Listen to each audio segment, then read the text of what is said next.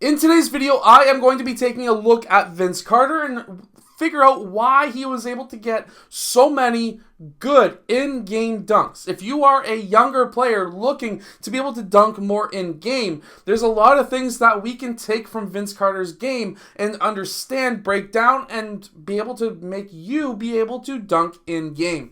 Let's get down. Let's check out Vince Carter. Now, Vince Carter played the shooting guard position.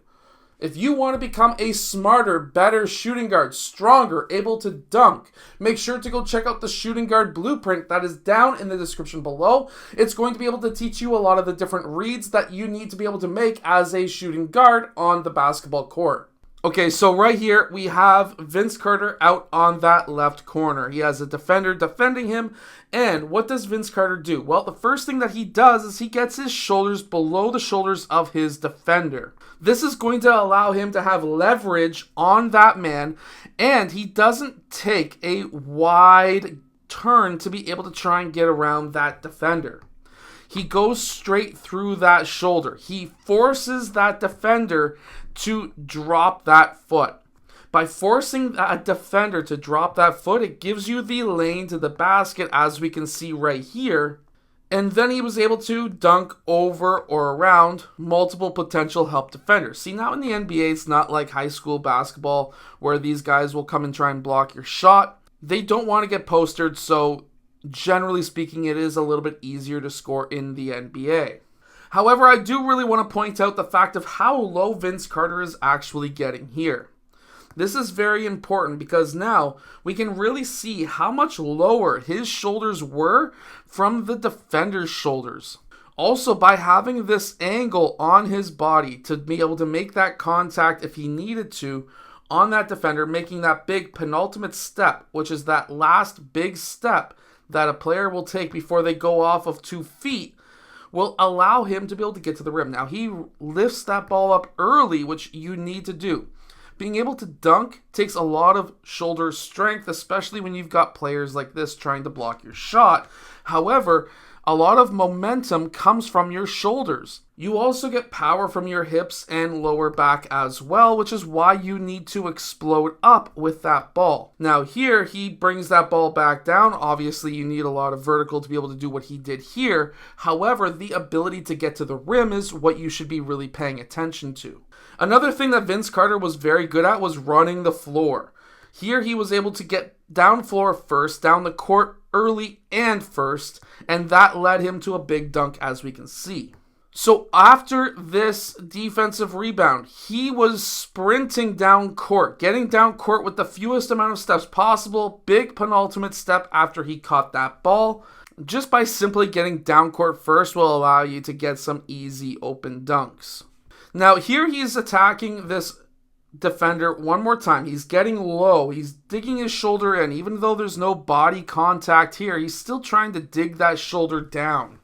Now he's got a giant in Dikembe Mutombo in the middle of the key, looking to actually block his shot. What Vince Carter does here after that penultimate step, watch what he does with his body. He tries to get his body into the body of Dikembe Mutombo. By trying to get your body into that defender's body. If he is going to go and try and jump with you, you can use your body if you have the vertical ability to get up as high as, let's say, 30 plus inches. And you have a defender who's going to be jumping along with you. You can use his momentum to allow you to essentially freeze in air for 1/10 of a millisecond, potentially get an extra 1/4 of an inch to an inch off of his jump because he's going to be jumping up with you. And that is going to allow posters to be a lot easier. You can even use your off arm as well. Now we can see it right here where he tried to use that off arm. You can say he's trying to clear out this arm, but in reality, you can use your forearm as long as it's not extending too far forward where the referee will call it. You can use it to try and get an extra 1/2 an inch or 1/4 of an inch and to clear out the arms of that defender. Also, one quick tip that I can give you also, which is right here. Vince Carter's last dribble was right here. By being able to take big steps, to get to that rim as fast as possible. Those big steps. So let's say you crossed over the ball at the elbow and you just crossed over. Now you are attacking down middle. That's not necessarily what he did here. He took the extra dribble. However, that cross right here. For a lot of players, your first step you could take there. Your second step you could take there. And at 6'6", roughly, Vince Carter, that's not out of the question. He could have been able to do that. However, he took that extra dribble because he likes to go off of 2 feet.